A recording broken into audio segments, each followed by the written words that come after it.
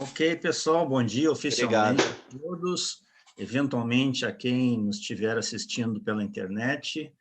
É muito legal preparar esse capítulo, porque ele dá uma possibilidade de juntar a minha parte de pesquisa, meu aspecto, né, minha pesquisa com os aspectos de ensino mesmo, né, porque abranger toda a fauna de peixes de riacho é uma tarefa hercúlea, mas dá uma visão muito boa, global, do que tem nos nossos riachos.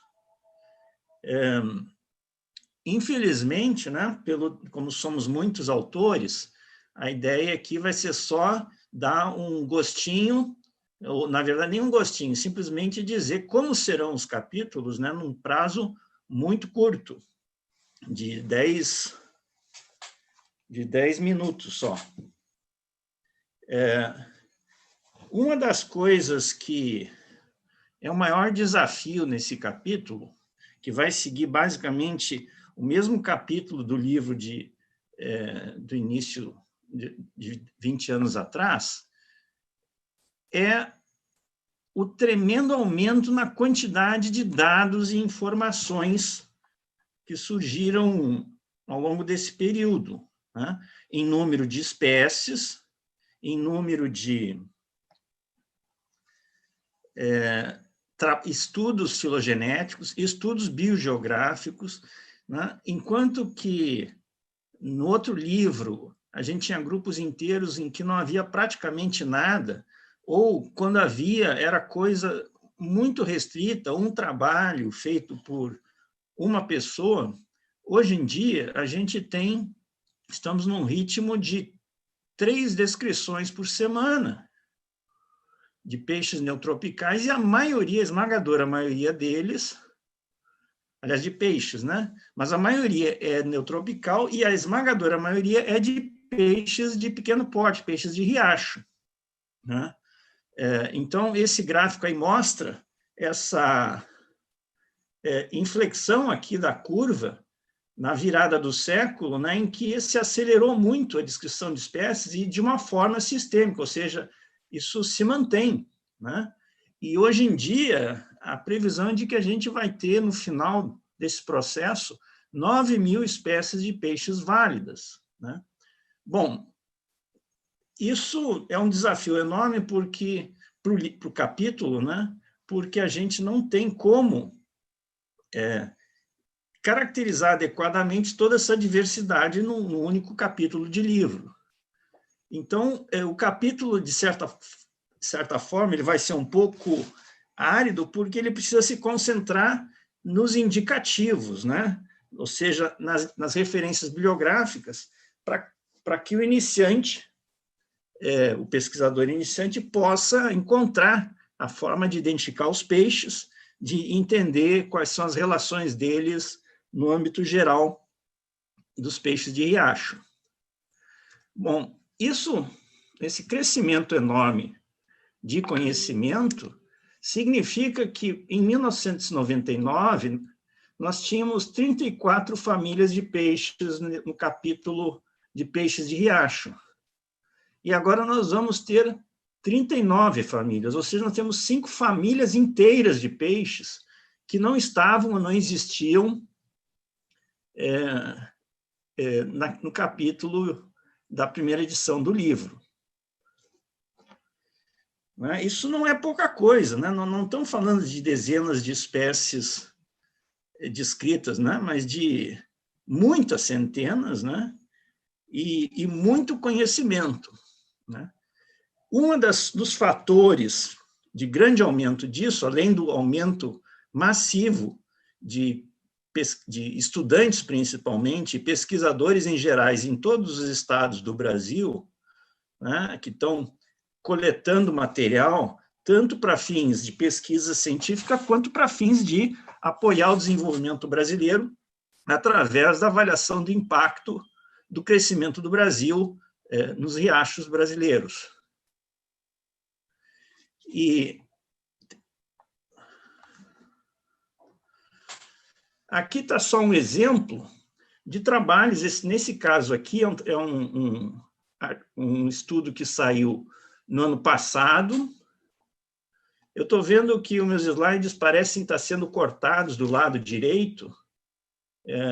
Talvez, né, se as pessoas quiserem ver tudo, tem como desligar na parte direita a lista de apresentadores.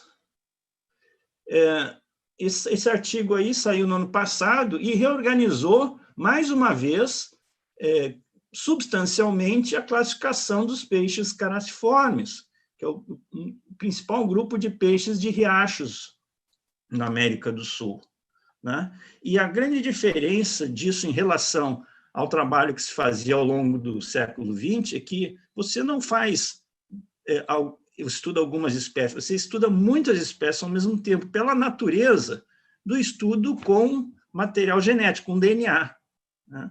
Você, quando manda sequenciar amostras de DNA, frequentemente você não manda 2 ou 3, você manda 96. E hoje em dia é possível até fazer mais do que isso. 96.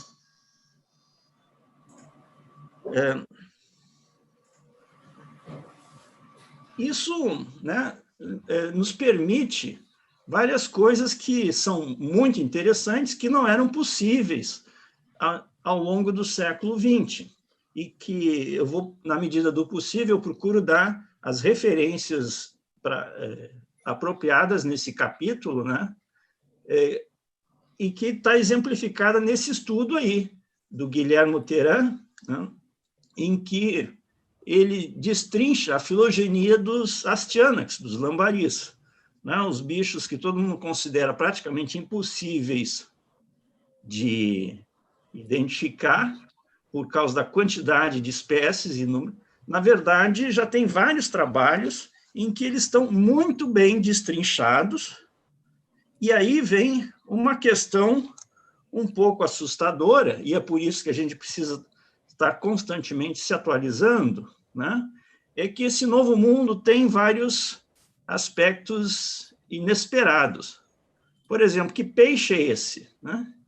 A maioria de vocês vai reconhecer isso aí como sendo um lambari do rabo vermelho, né? E que tradicionalmente tem problemas de identificação, pode ser um Astyanax fasciatus ou um complexo de espécies, né?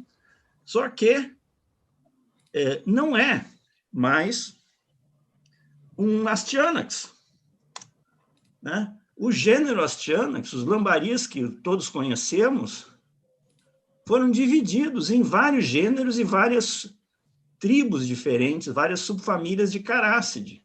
Então, o gênero Deuterodon não é mais o que era, inclui vários lambaris, vários Astyanax. Tem gêneros novos, como Macunaíma, Andromaque, né? Vários de outros lambaris conhecidos passaram a ser Psalidodon, né? Um dos poucos que ficaram como Astyanax é o lambari do rabo amarelo, o grupo Bimaculatus, o grupo Lacustres. Mas a maioria não é mais Astyanax. Então, isso ocorre em quase todos os grupos, né? Então, esse é um grande desafio do capítulo, né?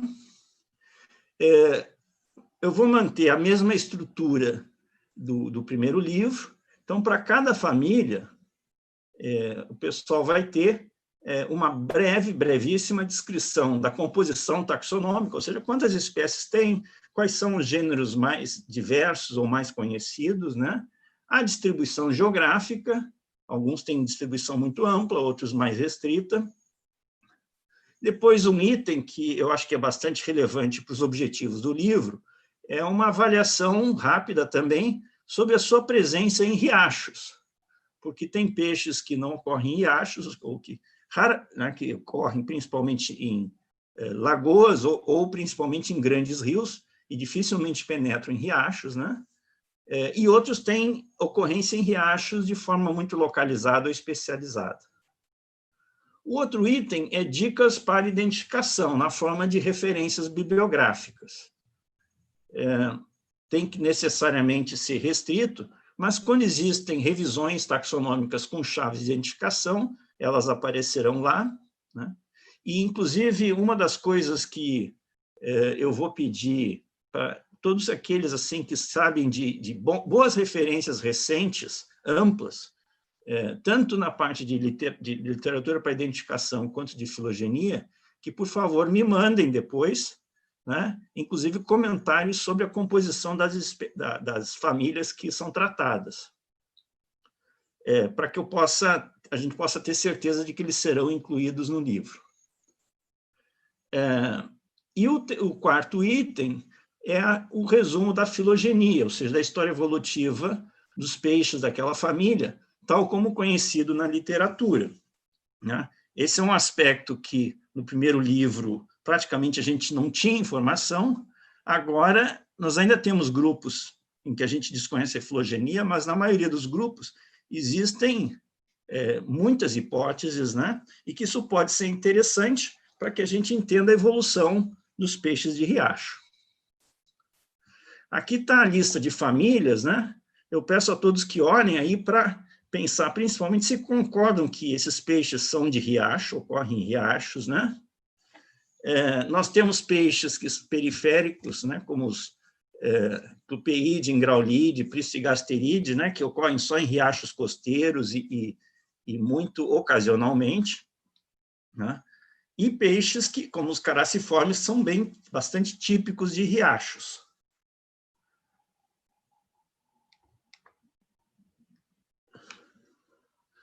Aqui nós temos os gimnotiformes, né? Quase todos ocorrem em riachos, embora muitos sejam de calhas de grandes rios, como na Amazônia, eles vivem em grande profundidade. Vários bagres, né? Eu estou incluindo aí os Doradide, que não estavam no primeiro capítulo, porque realmente alguns ocorrem em pequenos igarapés na Amazônia. Eu tenho que verificar ainda se realmente os cetópsides são de riachos. Eu acho que não, talvez eu retire eles na versão final do capítulo. E, finalmente, os gobídeos, que foram divididos em heliotride e gobide, que são periféricos, os mussuns, os ciclídeos, né? E eu gostaria também de ouvir a opinião de vocês sobre incluir ou não incluir os rivulídeos como peixes de riacho, porque, de fato, eu não lembro de pegar rivulídeo em riachos. Eles ocorrem na grama, nos banhados laterais, mas não nos riachos propriamente ditos. Então, estou pensando em retirar eles, e eu gostaria de ter palpite sobre isso. Famílias não incluídas são essas aí. Peço também que olhem com cuidado e me entrem em contato se tiverem assim, uma opinião contrária à exclusão deles, né? Alguns ocorrem somente em grandes rios, outros são de igapó, floresta inundada, outros são de lagos e áreas inundadas.